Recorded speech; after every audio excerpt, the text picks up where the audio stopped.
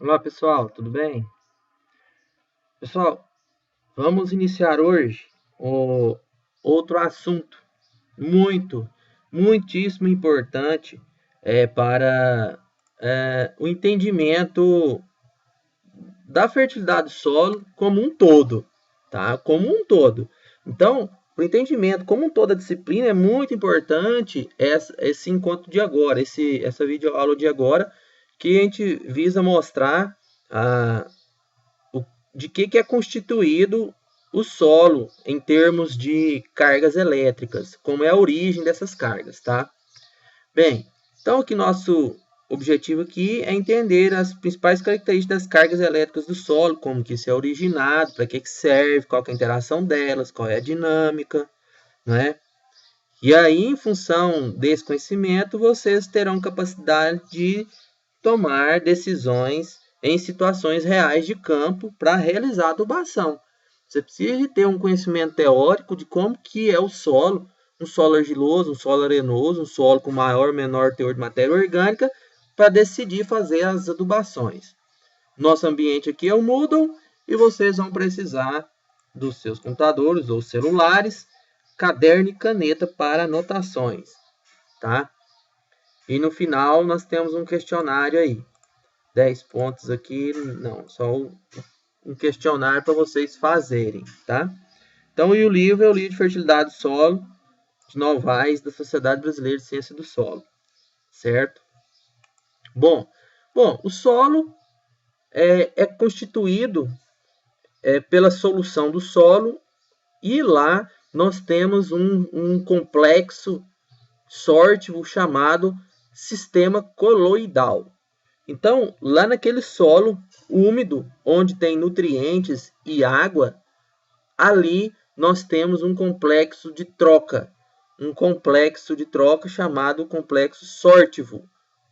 E ali nós temos coloides, né? É o que nós chamamos de sistema coloidal. Então vamos entender o que é esse sistema, para que você possa entender toda a dinâmica de entrada e saída de nutrientes do solo. Então, o solo, vocês já viram esse gráfico em várias disciplinas aí relacionadas a solos. Só para relembrar que a metade da composição do solo varia entre água e ar, água e oxigênio, né? Isso oscila constantemente, é muito dinâmico, não é? Que o solo possui uma boa fatia de matéria orgânica, boa eu digo, considerável do ponto de vista da importância da matéria orgânica, aqui em verde. Varia aí de 1% até 5, 6%. O comum é de 2 a 3% em solos de plantio direto, em áreas extensivas, exceto em sistemas olerícolas, né, de horta. Normalmente, horta tem uma maior concentração de matéria orgânica, 5% às vezes, né? Bem, e minerais, né? Então, outra parte do solo, aí, em torno de 45% do solo, é constituído do material mineral do solo, que passou pelo processo de intemperização, né, na formação do solo, que vocês viram em física e química do solo, física do solo, né? Então, relembrem lá. Ó, o solo pode ser considerado um sistema disperso, uma vez que é constituído de mais de uma fase. Como assim? O solo, no solo, nós temos partículas de minerais em vermelho, acabamos de ver aqui, né? Nós temos água e ar, acabamos de ver também, que está contido no solo, matéria orgânica. Então, por conter água, né, por conter água no sistema, nós temos que partículas diminutas, muito pequenas, conseguem ficar dispersos no sistema, em função da água. Então, se você pegar um copo de água destilada e colocar um pouquinho de NaCl, que é sal de cozinha, né? Ali naquele ambiente agora você vai ter íons de sódio e de cloro disperso na água. É um sistema coloidal, disperso em água. Você não está vendo a água com o sal, mas você não está vendo o sal na água, mas você está vendo a água depois que o sal dissolveu, né? Então, ali nós temos coloides, cargas elétricas negativas e positivas originadas do cloreto de sódio, nesse caso que eu citei. Então, assim é o solo. O solo, quando contém água, ele é, então, um mix, um composto de íons, cargas elétricas positivas e negativas ali dispersos na água, tá? Então, só para relembrar, deixa eu voltar para esse slide aqui, que nós temos 3 classificações da parte física do solo. Vamos concentrar aqui, no que está em vermelho, no que se refere à classificação da Sociedade Brasileira de Ciências do Solo.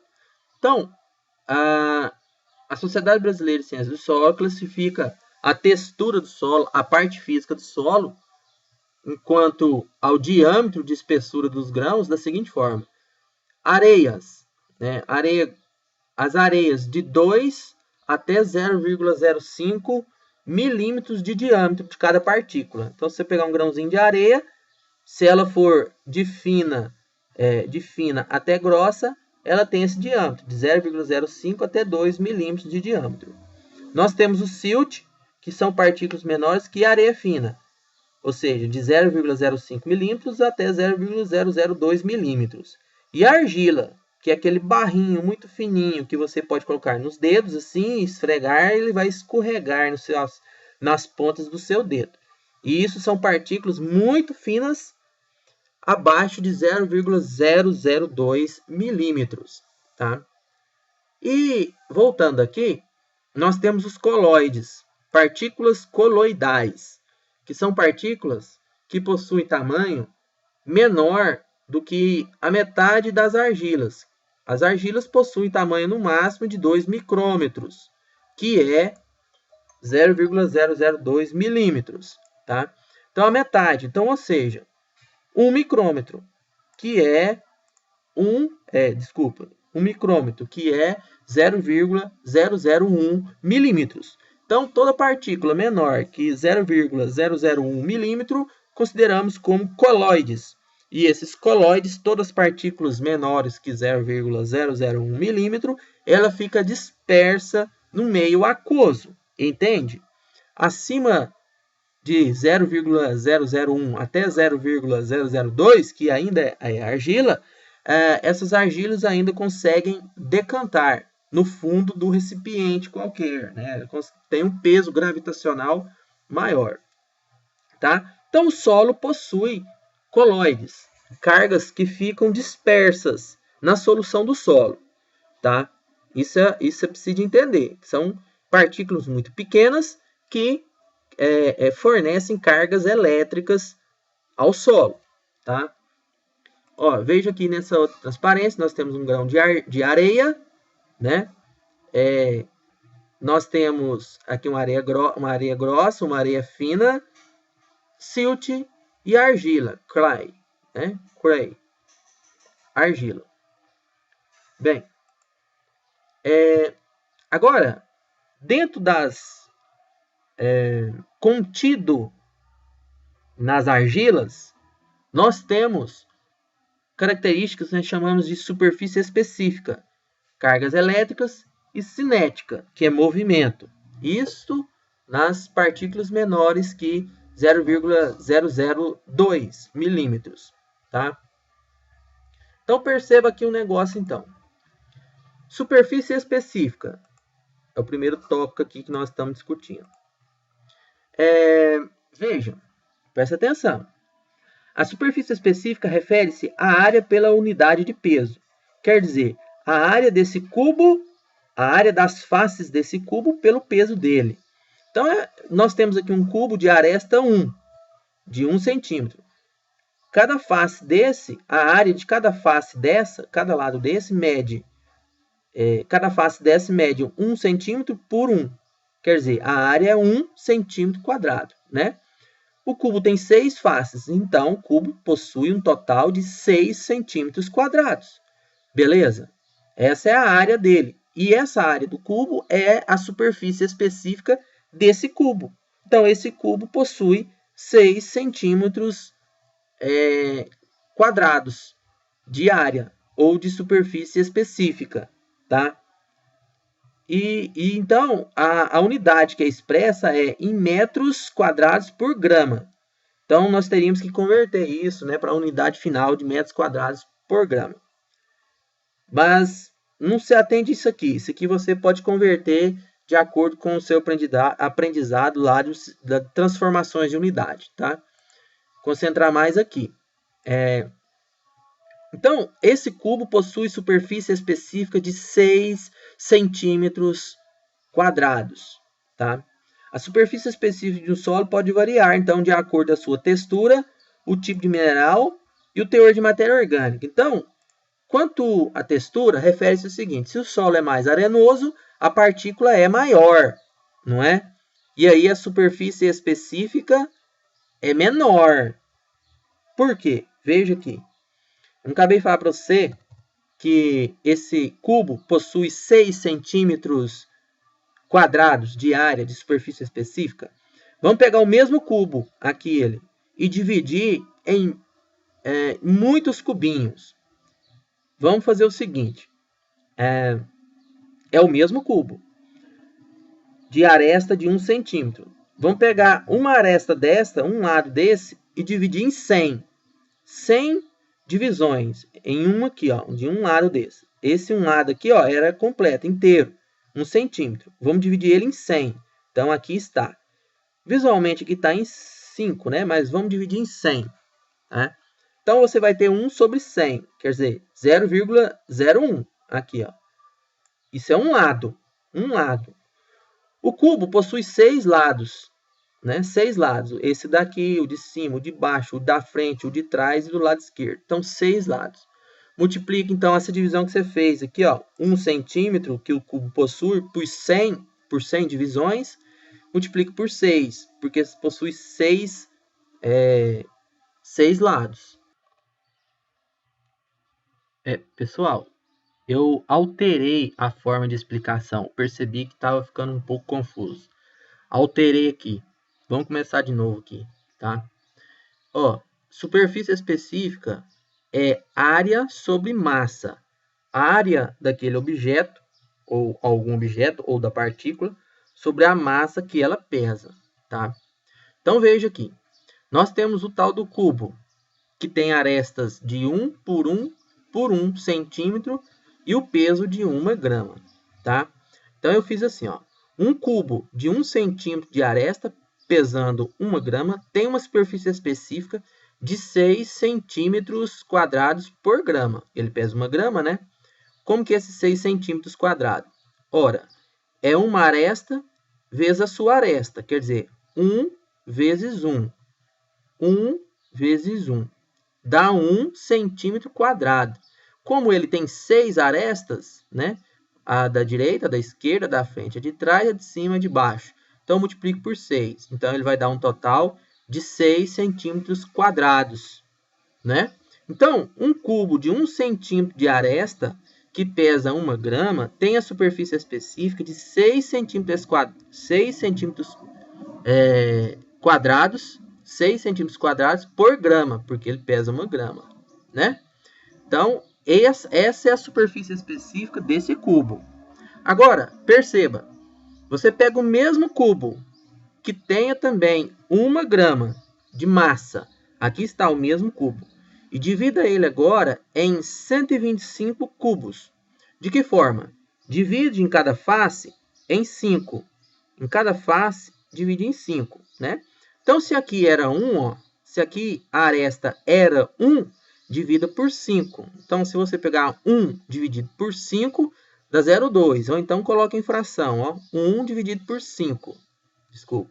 1 dividido por 5, cada aresta agora, que vale, né? Quer dizer, 0,2. Multiplica, então, uma aresta por outra aresta e pelo número de faces que o cubo tem. Igual foi feito aqui. Só que agora nós temos que a área desse cubo, de um único cubo, é 0,24 centímetros quadrados. De um único cubo. Aqui em cima, um único cubo tinha 6 centímetros quadrados. Aqui embaixo, como você dividiu ele em 125 cubos, cada cubo possui 0,24 centímetros quadrados. Diminuiu muito a área de um cubo, né? Só que são 125 cubos. E aí você multiplica pela área de cada cubo, que é 0,24. Então, nós temos que esse cubo grande de 1 grama, se você multiplicar, então vai dar, se você multiplicar 125 cubos vezes 0,24 centímetros, vai dar 30 centímetros cúbicos por grama. Então, o que antes era 6 gramas, o que antes era 6 centímetros quadrados, agora é 30 centímetros quadrados, pela mesma massa, que é 1 grama. Então, se você pegar esse mesmo cubo e dividir ele por 1 milhão de cubos, quer dizer, você pega uma aresta dessa daqui, ó, que antes era 1, e divide por 100. Divide por 100 esta aresta, divide por 100 esta aresta e divide por 100 esta outra aresta, né? Aí você vai ter 100 vezes 100 vezes 100, você vai ter um total aí de cubos, assim como está multiplicado aqui. Então, você pega a aresta, multiplica 0,01, que é uma aresta, 0,01, que é a outra aresta, vezes 6, que é a quantidade de faces desse cubo, e vezes 1 milhão, que é a quantidade de cubos que é dividir. Então, agora nós temos que este cubo, que antes era este, né? Esse daqui, este cubo agora possui 600 centímetros quadrados por grama. Então, conclusão. Quanto mais você divide, ou quanto mais você dividiu o cubo, mais aumentou a sua área pela mesma massa. Isso é superfície específica, tá? Então, quanto mais você divide, mais haverá superfície de contato com o meio, tá? E é isso que ocorre com as argilas. As argilas são superfícies muito pequenas, portanto, a sua superfície específica é muito grande.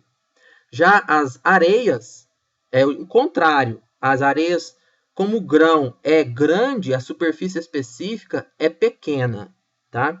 Então, é isso daí. E isto ocorre com muita importância nos solos, porque quanto maior é a área de superfície específica, quanto maior a superfície específica de um material, maior é o contato com o ambiente e nessa área terá maior quantidade de cargas elétricas. Então, se eu tenho maior superfície específica, diretamente eu vou ter maior número de cargas elétricas. E assim o solo será mais fértil. Está certo? Compreendeu? Então, pessoal, por isso é importante você saber a textura do solo, né? A textura é muito importante porque se o solo for muito argiloso, teoricamente, melhor, na prática mesmo, se o solo é muito argiloso, o solo terá maior superfície específica, portanto, terá maior quantidade de cargas elétricas e, portanto, este solo será mais fértil. Ele reterá mais nutrientes, ele absorverá mais nutrientes, tá? E o oposto ocorre quando um solo é arenoso, né? Ou seja, é menos fértil, tem menos cargas elétricas e retém menos nutrientes, tá? Ó, aqui está a superfície específica de alguns minerais de argila do solo. Então, o solo possui alguns minerais de argila. Isso ocorre de acordo com a sua formação, com a sua região geológica, morfológica, né? E os nossos solos predominam, por exemplo, os nossos latossolos predomina a caulinita. Há regiões que possuem gibsita, que é rico em alumínio, e goetita, que é rica em ferro, né? Esses três tipos de minerais de argila possuem superfície específica muito baixa, veja, no máximo 30 metros quadrados por grama, tá? Isso é baixo. Agora, se você comparar ele com a matéria orgânica, veja né? A matéria orgânica possui superfície específica em torno de 700 metros quadrados por grama, ou seja, 1 grama de matéria orgânica equivale a aproximadamente 700 metros quadrados. É isso mesmo, não está errado não. Quer dizer, é a mesma coisa. 1 grama de matéria orgânica é como se você tivesse um lote de 10 metros de frente por 70 de fundo. Isso, 1 grama de matéria orgânica. A área total dessa matéria orgânica. Pensa que loucura, não é? Então, por isso, a matéria orgânica retém tanta água, retém tanto nutriente, porque possui muitas cargas elétricas. Lembrando que as cargas elétricas são as responsáveis pelas trocas iônicas. Se não tivesse carga elétrica, não reteria água, não reteria nutrientes. Entenderam? Então, bem.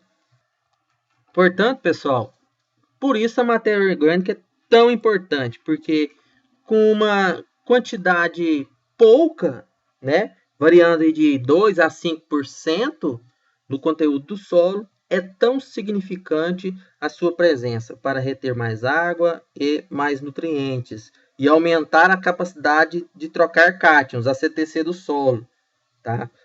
Por isso ela é tão importante. Então, vamos lá. O solo possui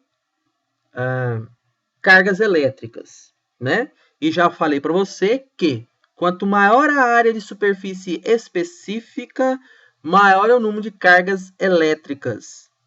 Por quê? O que eu me estou referindo é isso daqui, ó. Se a partícula aqui está representando um colóide, né? Um colóide do solo, uma partícula dispersa, que possui tamanho menor que 0,0001 milímetros, né? 1 micrômetro, né? Então, quanto maior a área dessa partícula, ó, a área de superfície específica dessa partícula, maior é o número de quantidade de cargas elétricas aqui, porque tem espaço, maior espaço para ter essas cargas elétricas aqui, ó, em vermelhinho aqui, né? E então, se um solo é muito argiloso, ele tem maior quantidade de partículas e cada partícula uma maior quantidade de superfície específica, no que no final das contas, um solo argiloso terá muito mais carga negativa e carga positiva, cargas elétricas aqui na superfície do solo, tá? É isso que quer dizer. Agora, as partículas do solo são carregadas com cargas elétricas negativas e positivas, tá? Aqui na superfície, ó, essa partícula desse colóide está carregada com carga somente negativa, mas existem partículas que ficam carregadas somente com cargas positivas. As partículas carregadas com cargas negativas, como esta, trocam cátions. Cátion magnésio, cátion alumínio, cátion cálcio, potássio.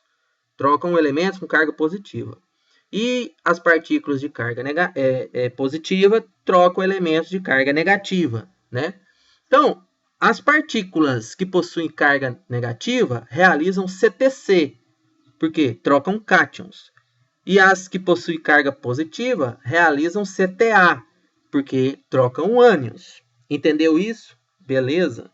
Então, da agora para frente, nós vamos falar muito em CTC do solo. Como aumentar a CTC do solo, como melhorar a CTC do solo, como originar cargas elétricas do solo. Então, nós estamos falando dessas cargas elétricas aqui, ó, que retém cátions e ânions, tá certo? Então, ótimo. Veja, as cargas elétricas, elas possuem alguns movimentos, né? Que agora estamos falando de cinética. Movimento browniano, movimento de difusão e movimento gravitacional. O movimento browniano é só você lembrar quando você vai fazer um café e a água começa a aquecer, logo você percebe que a água começa a se movimentar no fundo da vasilha, porque as moléculas de água começam a ficar agitadas e ficarem em zigue-zague, aquela loucura, e logo começam a ferver. Esse é o nome que se dá ao movimento browniano, né? Movimentação das partículas naquele meio aquoso.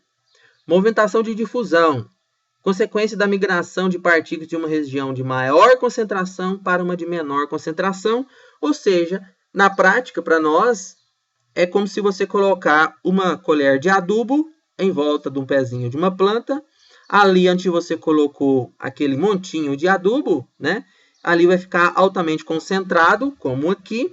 A tendência é, com a presença de água, aqueles sais dissolverem e dispersarem em volta. Ou seja, sair do meio mais concentrado para o meio menos concentrado. Se distribuir sobre o solo. E o movimento gravitacional é o que nós todos estamos aí dispostos, né? A gravidade. Então, são partículas que decantam. Se você colocar água num copo de açúcar, o açúcar vai decantar para lá no fundo. Esse é o movimento gravitacional, né? Pessoal, agora vamos para um outro vídeo que eu vou fazer sobre mineralogia da fração argila.